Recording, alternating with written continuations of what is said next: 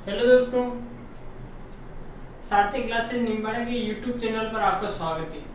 दोस्तों, आज मैं पढ़ाने जा रहा हूँ मारवाड़ के प्रताप राव चंद्रसेन के बारे में। तो देखिएगा दोस्तों, राव चंद्रसेन। देखिएगा दोस्तों, राव चंद्रसेन का जो जन्म होता है वो 16 जुलाई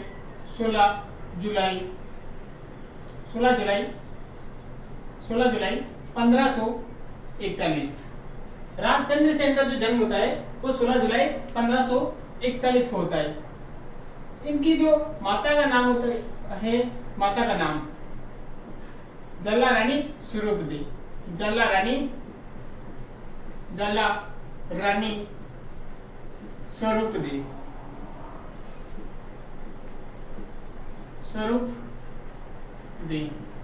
चंद्रसेन की जो माता होती है वो जल्ला रानी स्वरूपदेव की माता होती है। और पिता का नाम होता है मालदेव। और पिता का नाम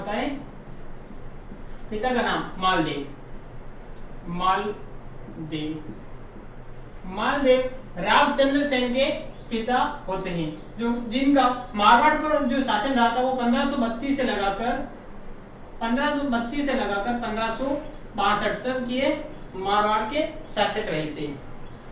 इनके 3 पुत्र थे। पहले पुत्र का नाम होता है राम, दूसरे का नाम होता है उदय सिंह और तीसरे पुत्र का नाम होता है चंद्रसेन।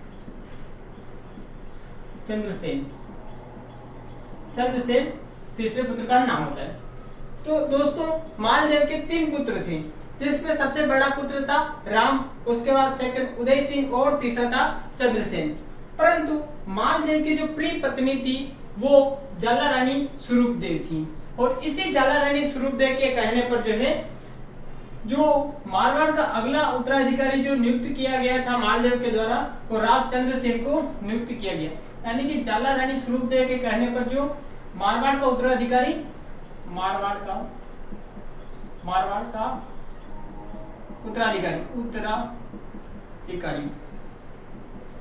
का जो उत्तराधिकारी है वो राव चंद्रसेन को बनाया गया जल्ला रानी स्वरूपदेव के कहने पर, क्योंकि मालदेव की जो प्रिय पत्नी थी वो जल्ला रानी स्वरूपदेव थी। इसी जल्ला रानी स्वरूपदेव ने मंडोर के निकट एक तालाब का निर्माण करवाया। मंडोर के निकट एक तालाब का निर्माण करवाया, जिसका नाम है बहुजी का तालाब। बहुजी रो तालाब। बहुजी का तालाब जो निर्माण करवाया वो जल्ला रानी स्वरूपदेव ने करवाया था, बहुजी का तालाब जो कि मंडोर में। इसके बाद बात करते हैं कि राव चंद्रसेन को जो है मारवाड़ का उत्तराधिकारी बना दिया जाता है।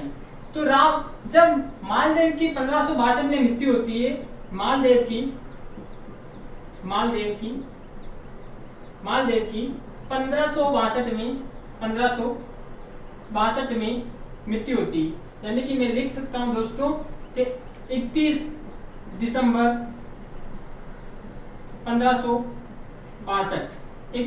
1562 को मालदेव की मृत्यु होती है। तो मारवाड़ का जो उत्तराधिकारी था राव चंद्रसेन, इसको बना दिया जाता है शासक, यानी कि मारवाड़ का शासक बन जाता है राव चंद्रसेन। देखिएगा दोस्तों, परंपरा चली आ रही थी कि सबसे बड़ा पुत्र जो होगा वो उत्तराधिकारी नियुक्त किया जाता है, परंतु यहाँ पर क्या हो रहा था, तीसरे पुत्र राव चंद्रसेन को मारवाड़ का उत्तराधिकारी किसके कहने पर, जल्ला रानी स्वरूपदेव के कहने पर बना दिया गया। मालदेव की मृत्यु होती है 31 दिसंबर 1562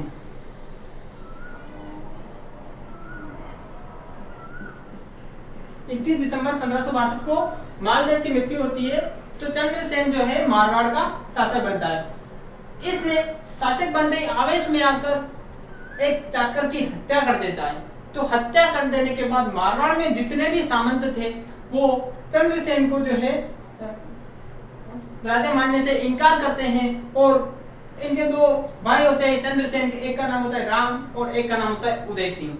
इन दोनों को विद्रोह करने के लिए सामंत प्रेरित करते हैं, उत्तेजित करते हैं, किसको, उदय सिंह और राम को जो है विद्रोह करने के लिए उकसाते हैं। तो इनका जो चाचा होता है जिसका नाम होता है रायमल। तो रायमल ने दुनाड़ा में, राम ने तो किया सोजत में, राम ने जो विद्रोह किया वो सोजत में किया विद्रोह। राम ने जो विद्रोह किया था वो सोजत के अंदर किया था, सोजत के अंदर किया था। रायमल चाचा रायमल ने दुनाड़ा के अंदर विद्रोह कर दिया था, दुनाड़ा के अंदर विद्रोह कर दिया था। और उदय सिंह ने गांगाणी और बावड़ी पर, गांगाणी और बावड़ी, राम ने सोजत पर अधिकार कर लिया, रायमल ने दुनाड़ा पर अधिकार कर लिया, उदय सिंह ने गंगाणी और बावड़ी पर अधिकार कर लिया।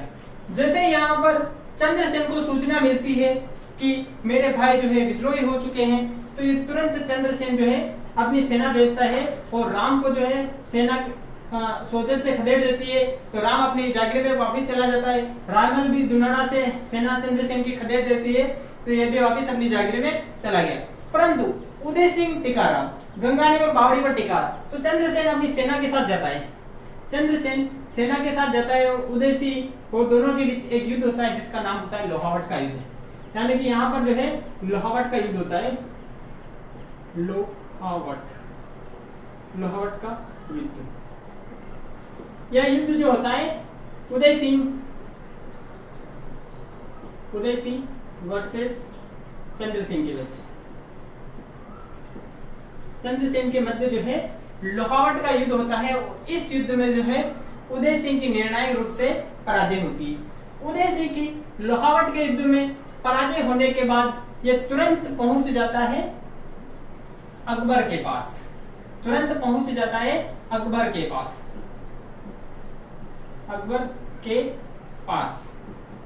अकबर के पास।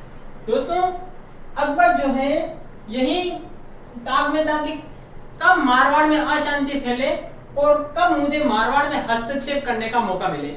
जब उदय सिंह 1564 में यहाँ पर जाता है, जब ठीक होता 1564 में यहाँ पर जाता है, तो अकबर की अधीनता स्वीकार कर सैनिक सहायता मांगने हेतु जाता है।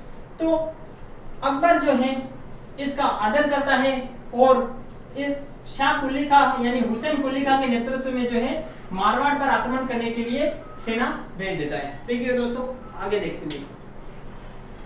रामचंद्र सिंह 1562 से लगाकर 1581 तक, 16 जुलाई 1541 को होते हैं चंद्रसेन का जन्म। इसके बाद बात करते हैं कि माता होती है जाला रानी स्वरूपदेव, जो कि मंडोर में फौजी का तालाब का निर्माण करवाती है। इसके बाद बात करते हैं पिता होते हैं मालदेव, और मालदेव को 52 युद्धों का विजेता कहा जाता है। और इसके बाद इनके बड़े भाई राम, उसके बाद उदय सिंह और चंद्रसेन, यानी कि चंद्रसेन तीसरा पुत्र होता है और इसे मारवाड़ का शासक बना दिया जाता है। और ज्येष्ठ पुत्र राम ऐसे ही रह जाता है, इसे शासक नहीं बना दिया जाता है। इसके बाद जैसे उदय सिंह जो है अकबर के दरबार में पहुंचता है, और उदय सिंह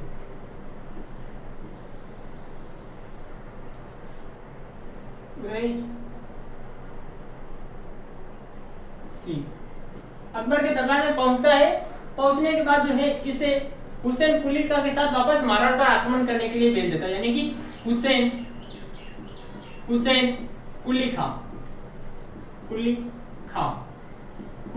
खा के नेतृत्व में एक सेना लेकर मारवाड़ पर आक्रमण के लिए भेज दिया जाता है। और ये रहा मारवाड़ पर आक्रमण करने के लिए भेज दिया जाता है। सेना इतनी तेजी से मारवाड़ पर आक्रमण करती है कि चंद्रसेन को संभलने का मौका ही नहीं मिलता है, और चंद्रसेन को जो है मारवाड़ छोड़ना पड़ता है। और चंद्रसेन जो शरण लेता है वो बादरजून के किले में लेता है, यानी कि बादरजून के किले में जो है चंद्रसेन शरण लेता है। अब बात करते हैं बादरजून के किले में रहते हुए चंद्रसेन जो है वापस अपने ही राज्य को जीतने के लिए जो है संघर्ष कर रहा होता है। जगह जगह मुगलों की मतलब जो भी अड्डे थे उन पर हमला कर रहा होता है बादरजून रहते हुए। इधर बात करते हैं कि अकबर जो है 1570 में अजमेर आता है। अजमेर आता है।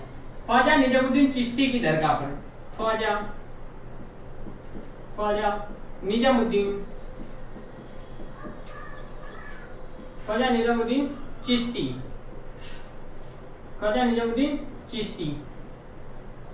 ख्वाजा निजामुद्दीन चिश्ती की दरगाह पर आता है। तो इसने एक योजना बनाई, उसने ये योजना बनाई कि पूरे राजपूताना जो है मेरे अधीन होना चाहिए।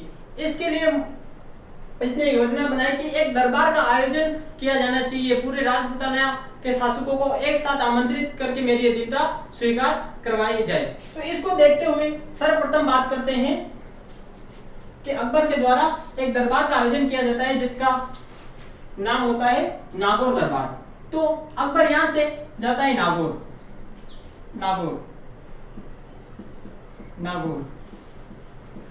जाकर जो है नागौर के अंदर पूरे राजपूताना को एक छत्र के नीचे आमंत्रित करता है, सुलह एक कुल की नीति के तहत। सुलह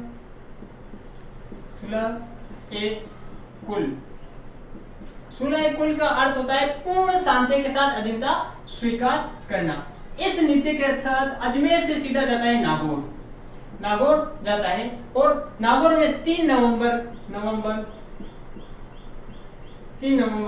1570 को जो है एक दरबार का आयोजन करवाया जाता है जिसका नाम होता है नागौर का दरबार। प्रश्न आता है कि अकबर द्वारा नागौर दरबार कब लगाया गया था? तो 3 नवंबर 1570 को लगाया गया था। जब अकबर नागौर में था तो नागौर में जो है बहुत ही ज्यादा पानी का अभाव था, जगह जगह अकाल पड़े हुए थे। तो इसने जो है नागौर के अंदर एक तालाब का निर्माण करवाया जिसका नाम होता है शुक्र तालाब। यानी कि नागौर के अंदर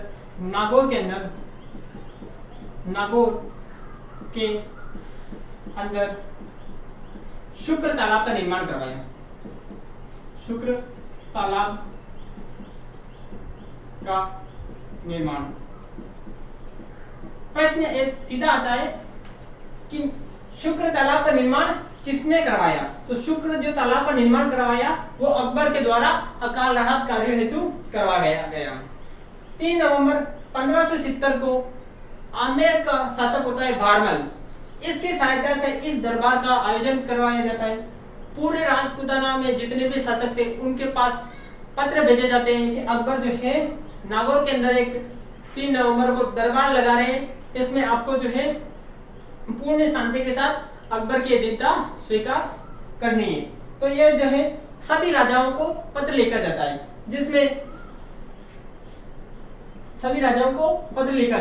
जिसमें अधीनता स्वीकार करने वाले व्यक्ति अधीनता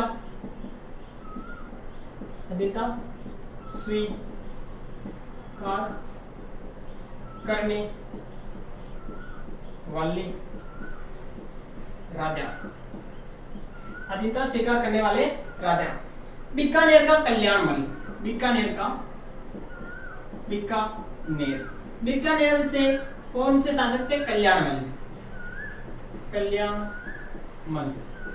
बीकानेर से कल्याणमल ने अकबर के दरबार में आकर अकबर की अधीनता स्वीकार की और अपने पुत्र, एक का नाम होता है राय सिंह और एक का नाम होता है पृथ्वी सिंह।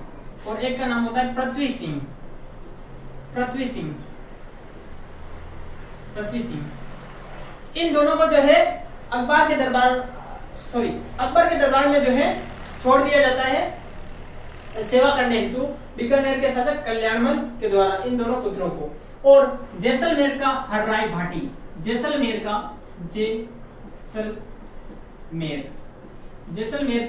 हरराय भाटी, जैसलमेर का हरराय भाटी और रणथंभौर का सर्जनहाड़ा।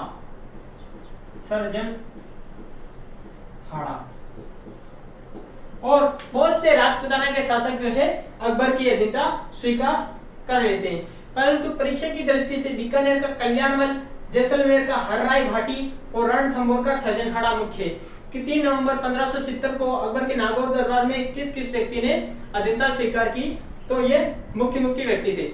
इसके साथ ही राजचंद्र सेन को भी पत्र लिखा जाता है और चंद्रसेन को भी इस दरबार में बुलाने की कोशिश की जाती है।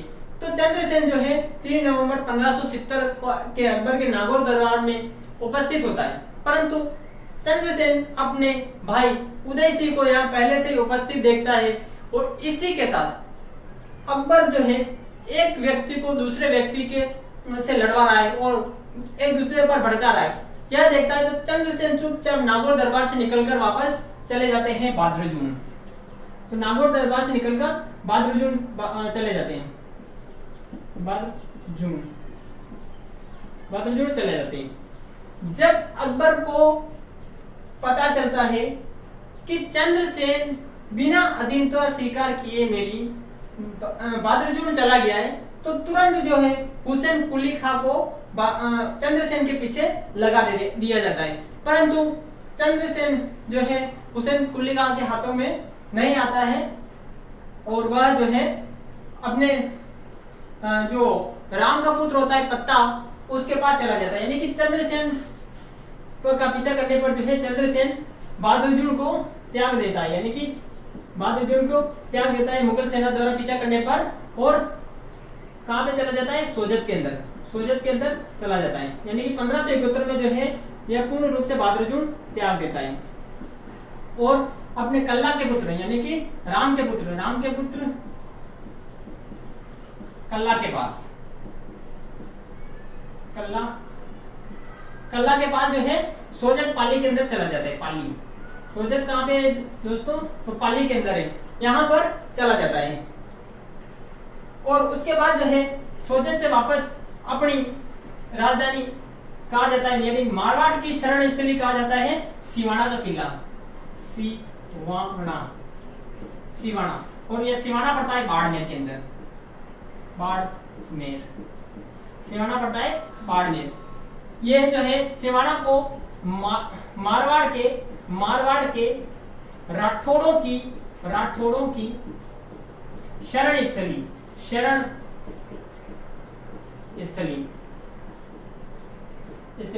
कहा जाता है।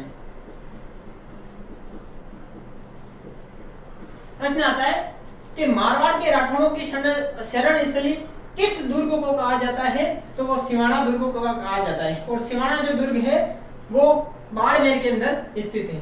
तो थोड़े दिनों सोजत रहता है और सोजत से वापस सिवाना चला जाता है। इसके बाद बात करते हैं कि अब ये सिवाना यहाँ पर छापामार पद्धति से युद्ध करता है और मुगल जो छावनी थी या सैनिक के जो अड्डे थे उनको ही नुकसान पहुंचाता है। तो मारवाड़, तो 30 अक्टूबर 1572 को जो है यहाँ का मारवाड़ का जो प्रशासक यानी कि मारवाड़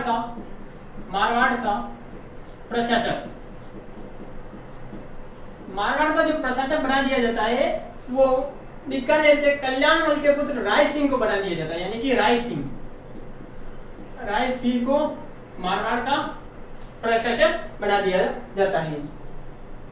30 अक्टूबर 1572 को मारवाड़ का जो प्रशासक बना दिया जाता है वो राय सिंह को बना दिया जाता है और मारवाड़ को जो है खालसा घोषित कर दिया अकबर ने, और मारवाड़ को जो है खालसा घोषित कर दिया अकबर ने, यानी कि खालसा किसने घोषित कर दिया, अकबर ने जो है मारवाड़ को खालसा घोषित कर दिया। खालसा का अर्थ होता है राजा के अधीन भूमि, यानी कि राजा के अधीन भूमि, राजा के अधीन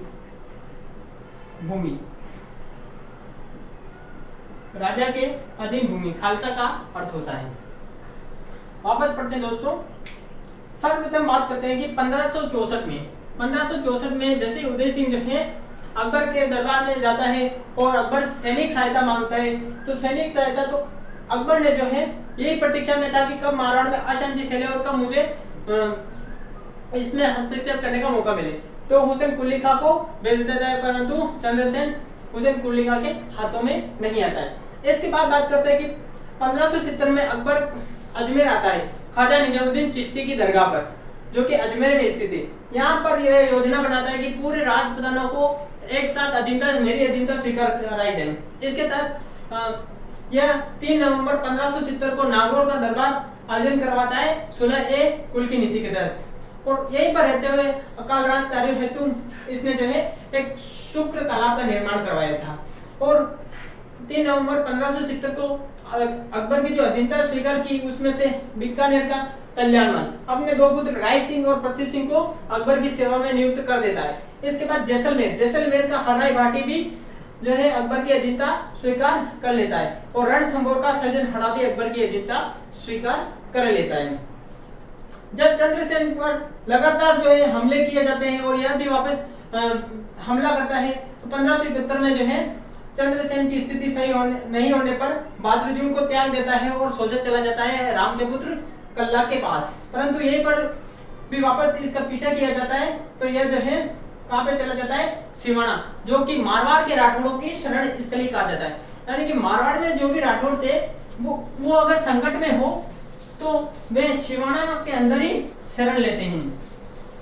इसी कारण इसे मारवाड़ के राठौड़ों की शरण स्थली कहा जाता है सिवाना दुर्ग को। और सिवाना पड़ता है बाड़मेर के अंदर। यहां तक हमने पढ़ लिया था। इसके बाद बात करते हैं 1572 में जो है राय सिंह को जो है मारवाड़ दिया जाता है, प्रशासक नियुक्त किया जाता है। वापिस चंद्रसेन जो है इस तरह शांत बैठा नहीं रहता है, वह वापस जो है मारवाड़ को जीतने का प्रयत्न करता है। तो 1573 में राय सिंह के द्वारा वापिस चंद्रसेन का पीछा किया जाता है सेना के द्वारा, परंतु राय सिंह को सफलता नहीं मिलती है। तो 1573 की बात करते हैं। 1573 में जो है 1573 में शाह कुली खान अकबर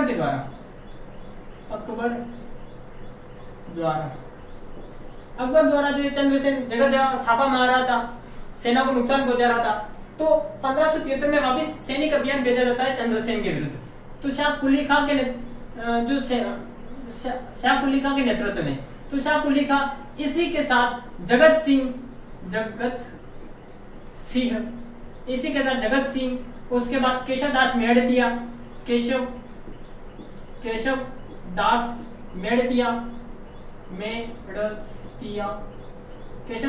मेड़तिया और बीकानेर का जो प्रशासक था राय सिंह, बीकानेर का प्रशासक था राय सिंह। इन तीनों को जो है 1573 में जो है कहां पर भेजता है, चंद्रसेन को अकबर की अधीनता स्वीकार कराने और उसे जो है वो विद्रोह कर रहा था, उसके विद्रोह को शांत करने के लिए। तो यह सेना जो है शाह कुली खां या हुसैन कुली खां के नेतृत्व में जो है सेना जो है जाती है और सोजत पर आक्रमण करती है। कहां पर आक्रमण करती है, सोजत। और सोजत कहां पे, पाली के सोजत पर आक्रमण करती है। और सोजत कहां पे, पाली के अंदर है। सोजत पर आक्रमण करती है। और यहाँ पर राम का पुत्र होता है, राम का पुत्र कल्ला। इस कल्ला को सोजत से खदेड़ देती है, यानी कि पराजय कर देती है। किसकी, कल्ला की पराजय होती है निर्णायक रूप से। और सेना जो है सोजत दुर्ग से वापस आगे बढ़ती है। कहां पर, सिवाना की तरफ। कहां पर बढ़ती है, सिवाना की तरफ। सिवाना कहां पे पड़ता है दोस्तों, तो बाड़मेर के अंदर है। बाड़मेर के अंदर जहां पर चंद्रसेन रहता था, यानी कि सिवाना दुर्ग, बाड़मेर, मारवाड़ के राठौड़ों की शरण स्थली। जब चंद्रसेन को यहाँ पता लगता है कि मेरे विरुद्ध जो है एक बड़ी सेना भेजी जा रही है अकबर के द्वारा, तो चंद्रसेन जो है को यह भी पता चलता है कि सोजत पहुंच चुकी है और सोजत में जो है राम के पुत्र कल्ला को भी यह सेना पराजय करके सिवाना की तरफ बढ़ रही होती है। तो जो सिवाना का जो किलेदार था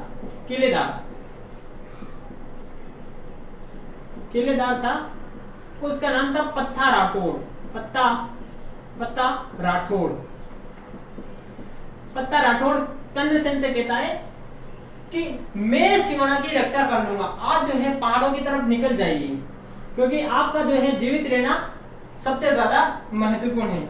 तो दोस्तों इस तरह से चंद्रसेन को जो है पहाड़ों में भेज दिया जाता है, पहाड़ों में भेज दिया जाता है। और सारण की पहाड़ियों में सारण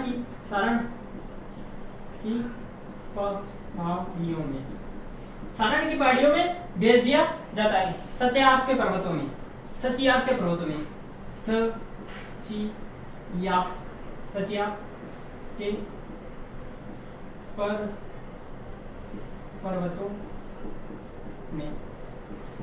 सारण की पहाड़ियों में सचियाप के पर्वतों में सरना नामक स्थान पर सरना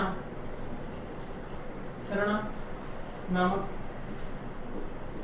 स्थान पर देखिएगा दोस्तों, जब सेना पहुंचती है सिवाना, तो जो पत्ता राठौर प्रबल संघर्ष करता है सिवाना के लिए, अपनी जान तक न्यौछावर कर देता है पत्ता राठौर, परंतु जो है पत्ता राठौर की निर्णायक रूप से सिवाना के अंदर पराजय होती है और सिवाना जो है मुगलों का अधिकार हो जाता है, यानी कि मुगलों का अधिकार हो जाता है। मुगलों का अधिकार होते ही पता चलता है कि चंद्रसेन जो है पहाड़ों के अंदर चला गया है। तो चंद्रसेन का वापस जो है ये सेना पीछा करती है, परंतु इसको सफलता नहीं मिलती है। सफलता नहीं मिलने पर ये वापस सेना लौट जाती है, यानी कि सेना लौट जाती है, यानी कि वापस चली जाती है सेना। इसके बाद बात करते हैं सारण की पहाड़ियों में चंद्रसेन ने अपना स्थान शरणावा या शरणावा भी कहते, शरणावा भी कहते। शरणावा जो है चंद्रसेन ने अपना मूल स्थान बनाया और अचानक छापामार पद्धति से जो है आक्रमण करने लगा मुगल सैनिकों पर। तो दोस्तों सारे के सारे सैनिक जो है और ये सारे व्यक्ति जो है वापस लौट जाते हैं, परंतु चंद्रसेन जो है यहीं पर सारण की पहाड़ियों में रहते हुए जो है आक्रमण कर देता था और मुगलों को भारी क्षति पहुंचाता था। इसको देखते हुए वापस तीसरा अभियान 1575 में भेजा जाता है। 1575 में जलाल खां के नेतृत्व में जलाल खान के नेतृत्व में जो है वापस चंद्रसेन के विरुद्ध अभियान भेजा जाता है, जिसमें शामिल होते जलाल खां के साथ सैयद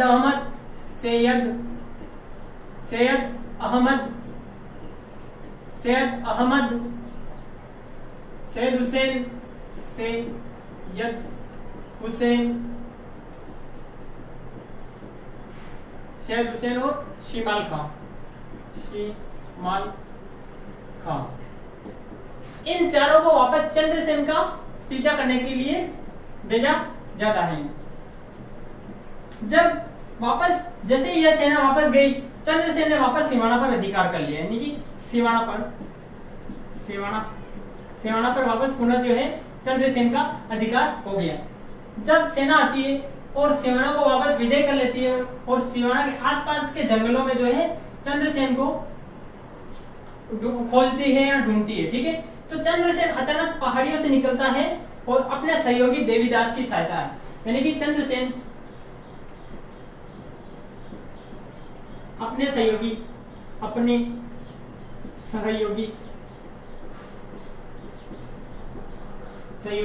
देवीदास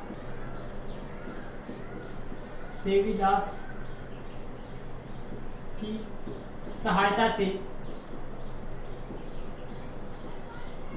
हमला। दोस्तों चंद्रसेन अपने जो सहयोगी होते हैं देवीदास की सहायता से जो है अचानक सारण की पहाड़ियों से निकलकर हमला करता है और इधर जो है मुगल सेना आराम से मजे कर रही होती है और अचानक एकदम से हमला करता है, तो सारे के सारे मुगल सैनिकों में खलबली मच जाती है और जलाल खां की हत्या कर देता है, यानी कि जलाल खां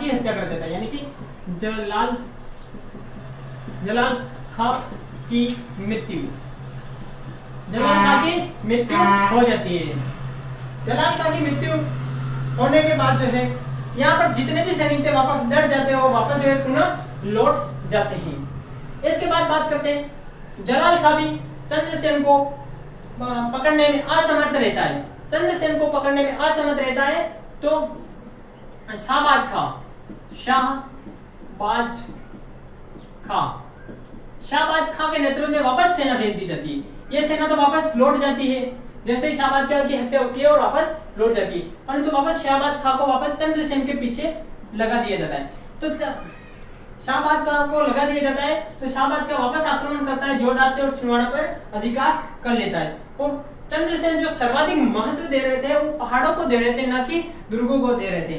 तो सिवाना पर वापस जो है किसका, शाहबाज खां का अधिकार हो जाता है। और शाहबाज खां यहीं से वापस जो है चंद्रसेन की तरफ जो है अनेक फौजें और इसको ढूंढने का प्रयास कर रहे थे।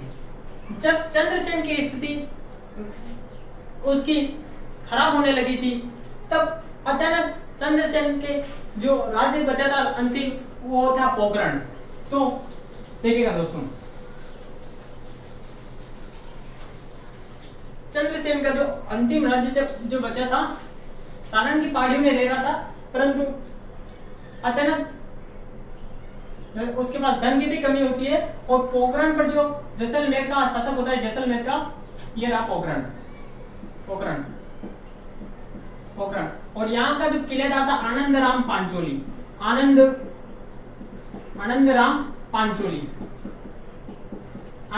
पांचोली जो है पोखरण का किलेदार होता है। पांचाली। तो पोखरण का जैसलमेर का शासक कौन था? जैसलमेर का शासक कौन था? हरराय भाटी था। हरराय भाटी। इस हरराय भाटी ने जब चंद्रसेन की स्थिति को जो है बहुत ही ज्यादा सेना वेना थक चुकी थी युद्धों के कारण, तो ऐसी स्थिति को देखते हुए जैसलमेर का शासक हरराय भाटी ने जो पोखरण पर आक्रमण कर लिया और पोखरण के किले को जो है चारों तरफ से घेर लिया। परंतु चंद्रसेन का सबसे खतरनाक जो हथियार था वो आनंदराम पांचोली था। इस आनंदराम पांचोली से प्रबल संघर्ष किया, परंतु आनंदराम पांचोली से जो है पोखरण जो है लेने में हरराय भाटी असफल रहता है। पोखरण जो लेने में असफल रहने पर जो है वापस इसने एक प्लान बनाया, योजना बनाई कि 1575 के अंदर, यानी कि अक्टूबर, ये आक्रमण करता है अक्टूबर